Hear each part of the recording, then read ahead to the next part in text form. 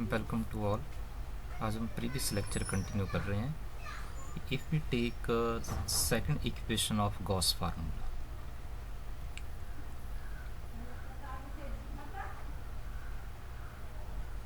Second equation of Gauss formula,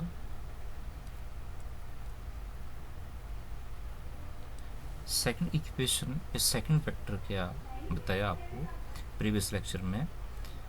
R12 is MN plus MR1 plus mu R2। This is the second equation of Gauss formula. तो जैसे first part में आपको बताया, क्या point समझाया first part में, कि जब आप फर्स्ट इक्वेशन कंसिडर करोगे तो फर्स्ट इक्वेशन में दो अननोन थे, उन दो अननोन को इवेल्युएट किया। कैसे इवेल्युएट किया तो आपको प्रोसीजर बताया था। In the same way second equation में भी दो अननोन है, वो दो अननोन क्या, m और म्यू। तो इन दो अननोन को भी इवेल्युएट करेंगे। कैसे इवेल्युएट करेंगे? By taking same procedure. तो प्रोसीजर क्या बताया था कि जैसे फर्स्ट पार्ट में बताया कि फर्स्ट इक्वेशन की क्या फाइंड करनी है आपने, डॉट प्रोडक्ट किसके साथ फाइंड करनी, डॉट प्रोडक्ट वेक्टर्स R1 और R2 के साथ। इन द सेम बेस जब आप सेकंड इक्वेशन कंसिडर करोगे तो यहाँ भी कोई सेम प्रोसीजर अप्लाई करना। सेकंड इक्वेशन के भी क्या फाइंड करेंगे, डॉट प्रोडक्ट ही फाइंड करेंगे, जिसे हम स्केलर प्रोडक्ट बोलते हैं, इसके साथ R1 और R2 के साथ। ये स्टेप लिख लें, पॉइंट आगे। taking scalar product या डॉट प्रोडक्ट बोलते हैं इसे, dot product with vectors R1 and R2 भी है। सबसे पहले सेकंड इक्वेशन की डॉट प्रोडक्ट फाइंड करते हैं। फर्स्ट वेक्टर है R1। Therefore, R1 dot R12 is equal to R1 dot MN plus M into R1 plus mu into R2। ये आपको ऑलरेडी बताया। ये गॉस फार्मूले में तीन इक्वेशंस हैं और इन तीन इक्वेशन में 6 अननोन है और वो 6 अननोन आपको बताए हैं। तो सबसे पहले जैसे फर्स्ट पार्ट में आपको बताया था, फर्स्ट इक्वेशन लिखी थी R11 के लिए। R11 is L into N plus L into R1 plus lambda into R1। ये फर्स्ट R2, ये फर्स्ट इक्वेशन है। इसमें अननोन वैल्यू क्या, L और लैम्डा। सेकंड इक्वेशन में अननोन वैल्यू क्या, M और म्यू। और थर्ड इक्वेशन भी आपको बताते हैं। यहाँ पर थर्ड इक्वेशन है R22 is N into N plus N into R1 plus new into R। तो ये जो 6 अननोन है, इन 6 अननोन को क्या बोलते हैं हम, गॉस कोफिशिएंट भी बोलते हैं या क्रिस्टोफेल्स कोफिशिएंट भी बोलते हैं। ये आपको बताया सारा, ये L, lambda, M, mu, N, nu, all these 6 unknowns are called Gauss coefficients या Gauss सिंबल भी बोलते हैं, सिंबल भी बोल सकते हैं, सिंबॉलिक फॉर्म में ये, या क्रिस्टोफेल्स कोफिशिएंट भी बोलते हैं। ये आपको प्रीवियस लेक्चर में ऑलरेडी बताया, क्रिस्टोफेल्स कोफिशिएंट। तो सेकंड इक्वेशन कंसिडर की और क्या फाइंड करना, अननोन वैल्यू फाइंड करनी है। और अननोन वैल्यू क्या, M और म्यू। कैसे फाइंड करना, तो ये प्रोसीजर आपको बता रहे हैं। इसमें सबसे पहले डॉट प्रोडक्ट फाइंड कर रहे हैं सेकंड इक्वेशन की फर्स्ट वेक्टर के साथ, फर्स्ट वेक्टर R1। तो डॉट प्रोडक्ट फाइंड करते हैं। तो R1 की वेक्टर की डॉट प्रोडक्ट वेक्टर के साथ फाइंड करनी। फर्स्ट है RN, सेकंड R1 है और थर्ड वेक्टर क्या, R2 है। ये लिखा M into N dot R1 लिखो, चाहे R1 dot N plus M into R1 dot R1 plus mu into R1 dot R2। N dot R1 आपको पता, dot product of N and R1 is 0 because N is perpendicular to R1। ये आपको previous lecture में बताया ये। R1 dot R1 is R1 square, और इसे हम कैपिटल E से डिनोट करते हैं, फर्स्ट ऑर्डर फंडामेंटल कोफिशिएंट है आपको पता, और R1 डॉट R2 को कैपिटल F से डिनोट करते हैं। तो ये वैल्यू आ गई m into 0 plus small m into E plus mu into F। तो देखो वैल्यू आ गई। डॉट प्रोडक्ट की वैल्यू क्या है, R1 dot R12 is equal to m into E plus mu into F। Rearrange it, side change करते हैं तो expression therefore this expression becomes M E plus mu F, this is equal to R1 dot R1 dot R12। अच्छा, आपको यहाँ ये एक point और बताया था कि इसमें आपको ये बताया कि ये जो 6 अननोन है जिसे इवेल्युएट कर रहे हैं हम लोग, क्या फर्स्ट एल है, सेकंड लेमडा, थर्ड एम है, फोर्थ म्यू है, फिफ्थ एन है, सिक्स्थ न्यू है, ऑल दीज आर फंक्शन। ये किसके फंक्शन है, तो ये आपको ऑलरेडी बताया, ये किसके ऊपर डिपेंड है, ये तो ये प्रीवियस लेक्चर में बताया आपको। तो ये इम्पॉर्टेंट पॉइंट है, क्योंकि यहाँ आपको ये पता होना चाहिए कि जब आप गॉस फार्मूला सॉल्व करोगे तो उसमें जब आप अननोन वैल्यू फाइंड करोगे तो जो अननोन वैल्यूज आपके पास, इन सभी की जो वैल्यू हो वो इन टर्म्स ऑफ किस फॉर्म में आएगी। तो ये पता होना चाहिए, इंपॉर्टेंट है, पॉइंट बताया आपको कि किस फॉर्म में चेंज करना। तो इसे सॉल्व करते हैं, इस डॉट प्रोडक्ट को कैसे सॉल्व करेंगे, जैसे फर्स्ट पार्ट में भी बताया आपको। इस डॉट प्रोडक्ट को मैं लिख रहा हूँ 1/2 into partial derivative with respect to not U, with respect to V है ये, with respect to V of R1 square. मतलब इस डॉट प्रोडक्ट को मैं इस फॉर्म में लिख रहा हूँ। तो ये आप सॉल्व करके चेक कर सकते हैं। 1/2 R1 स्क्वायर का डेरिवेटिव टू R1 का partial derivative with respect to V is R12 vector है, तो डॉट प्रोडक्ट 2 के साथ देखो 2 कैंसिल, और ये देखो सेम। इसका मतलब इस डॉट प्रोडक्ट को आप ऐसे लिख सकते हैं। R1 स्क्वायर को हम किससे रिप्रेजेंट करते हैं, आपको पता फर्स्ट ऑर्डर फंडामेंटल कोफिशिएंट है, E है, 1/2 into partial derivative with respect to V of E, और E का partial derivative with respect to V, क्योंकि सेकंड वेरिएबल है, सेकंड पैरामीटर है, तो सफिक्स कौन सा यूज़ करते हैं, सेकंड, तो यह आ जाएगा 1/2, और E का partial derivative with respect to V को कैसे लिखेंगे, E2। तो ये वैल्यू आ गई E2/2।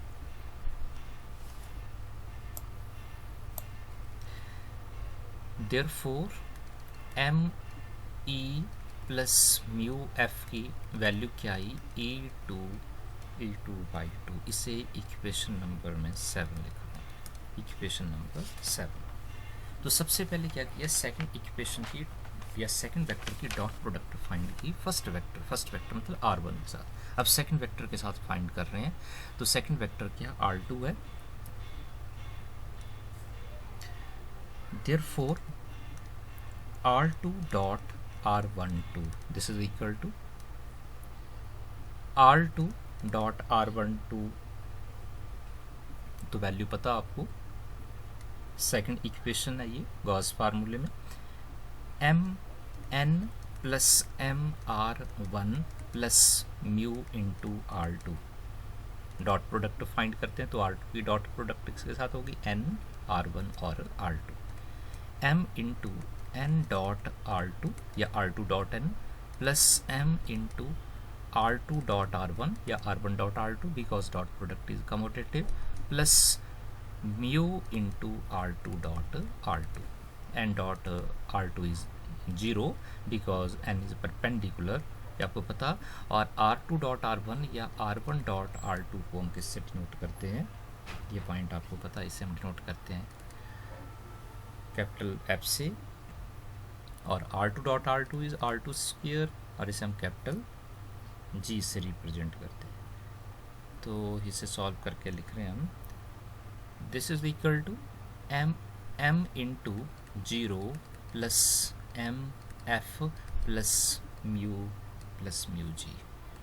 तो वैल्यू क्या है, therefore this dot product becomes R2 dot R12 is m f plus mu g। Rearrange it, M F plus mu G this is equal to R2 dot R1 तो जैसे आपको previous part में बताया और इस second part में बता रहे हैं कि इसे सॉल्व करना और इसे किस फॉर्म में चेंज करना आपने, either we can change it into E F and G. तो इस डॉट प्रोडक्ट को देखो कैसे सॉल्व करेंगे, तो इसमें लिख रहा हूँ 1/2 partial derivative with respect to U of R2 square. तो ये आप चेक कर सकते हैं इस स्टेप में 1/2 ये विद रिस्पेक्ट टू, ये partial derivative with respect R2 square का डेरिवेटिव 2R2 और R2 का partial derivative with respect to U R12। देखो डॉट है, 2 के साथ 2 कैंसिल और ये क्या आ गया R2 डॉट R12। ये देखो R2 डॉट R12 आ गया। तो इसका मतलब इस डॉट प्रोडक्ट को हम इस फॉर्म में चेंज कर सकते हैं, लिख सकते हैं भी।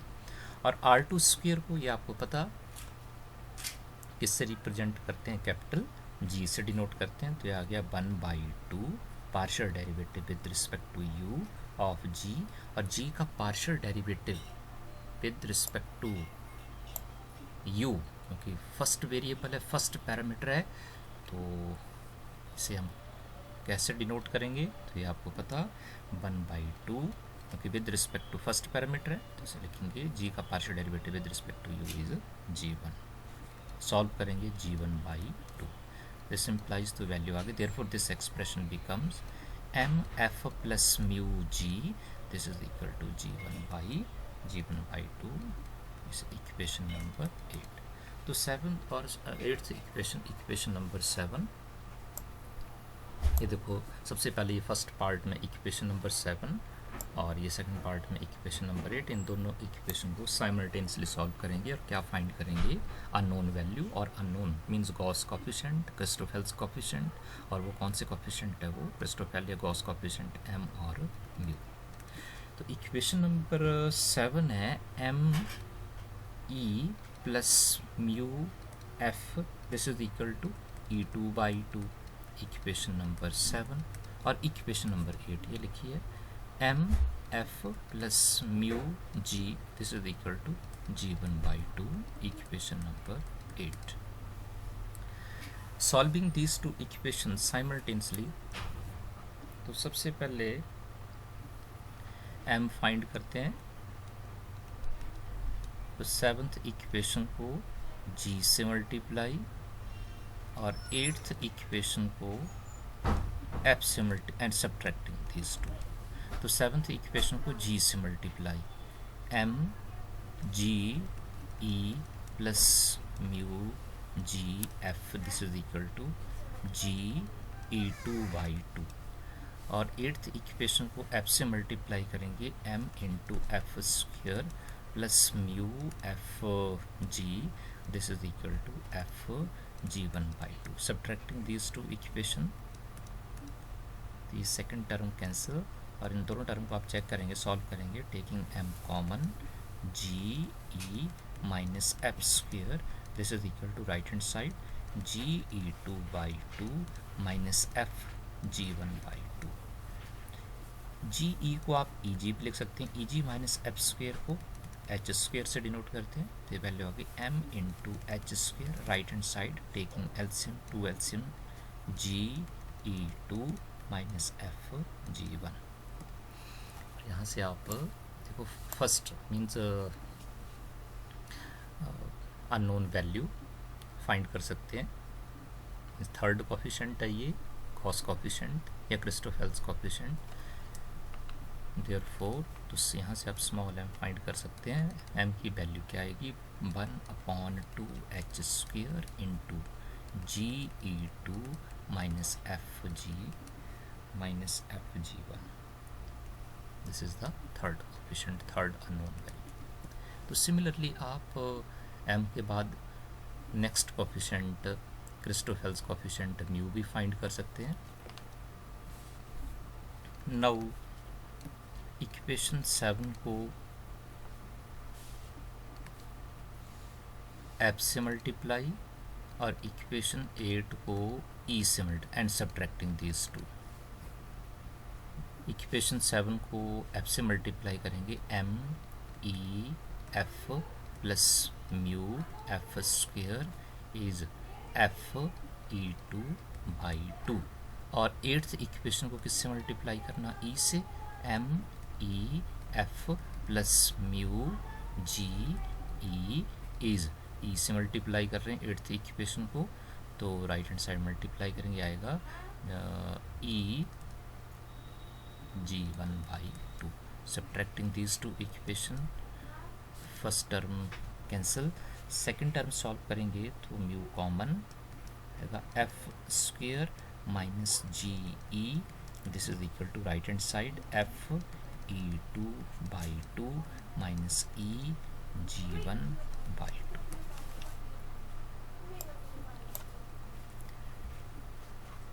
एफ स्क्वेयर जी ई को आप ई जी भी लिख सकते हैं, left hand side negative sign भी कॉमन लिया जा सकता है, माइनस कॉमन लेंगे तो क्या आएगा, E G minus F square. ये आपको ऑलरेडी पता स्टेप ये कि माइनस क्यों कॉमन ले रहे हैं, ये फार्मूला ये।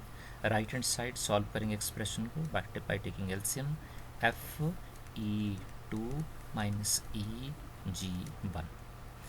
राइट हैंड साइड भी नेगेटिव साइन कॉमन ले सकते हैं, टेकिंग नेगेटिव साइन कॉमन, तो आएगा E G one minus F E two by two, तो वैल्यू आ गई minus mu into E G minus F square, minus cancel, और E G minus F square को एच स्क्वेयर से denote करते हैं, तो ये आ गया mu into H square, this is equal to E G one minus F E two by two. और यहाँ से देखो आप फोर्थ कॉफिशिएंट, गॉस कॉफिशिएंट या क्रिस्टोफेल्स कॉफिशिएंट की वैल्यू भी फाइंड कर सकते हैं। तो ये वैल्यू मैं यहाँ लिख रहा हूँ, तो म्यू की वैल्यू क्या आएगी, एच स्क्वेयर से राइट हैंड साइड डिवाइड करेंगे, after solving we have 1/2 H square E G one minus F E two, this is the fourth coefficient.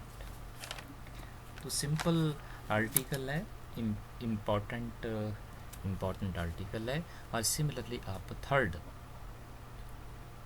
Equation Gauss formula, third Gauss formula या third vector consider करेंगे, तो उसे भी आपने